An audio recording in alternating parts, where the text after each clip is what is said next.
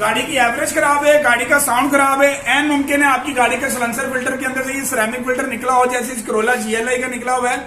ये देखें, ये कट लगाया हुआ है किसी सलेंसर वाले ने, और इसके अंदर से जितना भी मौजूद मटेरियल है वो निकाला हुआ है, क्योंकि ये जो मटेरियल है स्क्रैप में बिकता है। इसलिए हमेशा अवेयरनेस देते हैं, कभी भी किसी के कहने पे ये सिरेमिक फिल्टर ना निकलवाया करें और ना ही इसको तेजाब से वॉश करवाया करें, एसिड से भी डैमेज हो जाता है। हमेशा इसको मशीन के जरिए साफ करवाएं, किसी अच्छे ब्रांड का केमिकल यूज करें, जैसे हम मशीनों के जरिए इसकी सफाई करते हैं। खैर, इसके अंदर अब जैपनीज कैटालिटिक कन्वर्टर इंस्टॉल करने लगे हैं, जिसकी हम अपने क्लाइंट्स को 2 महीने की वारंटी देते हैं।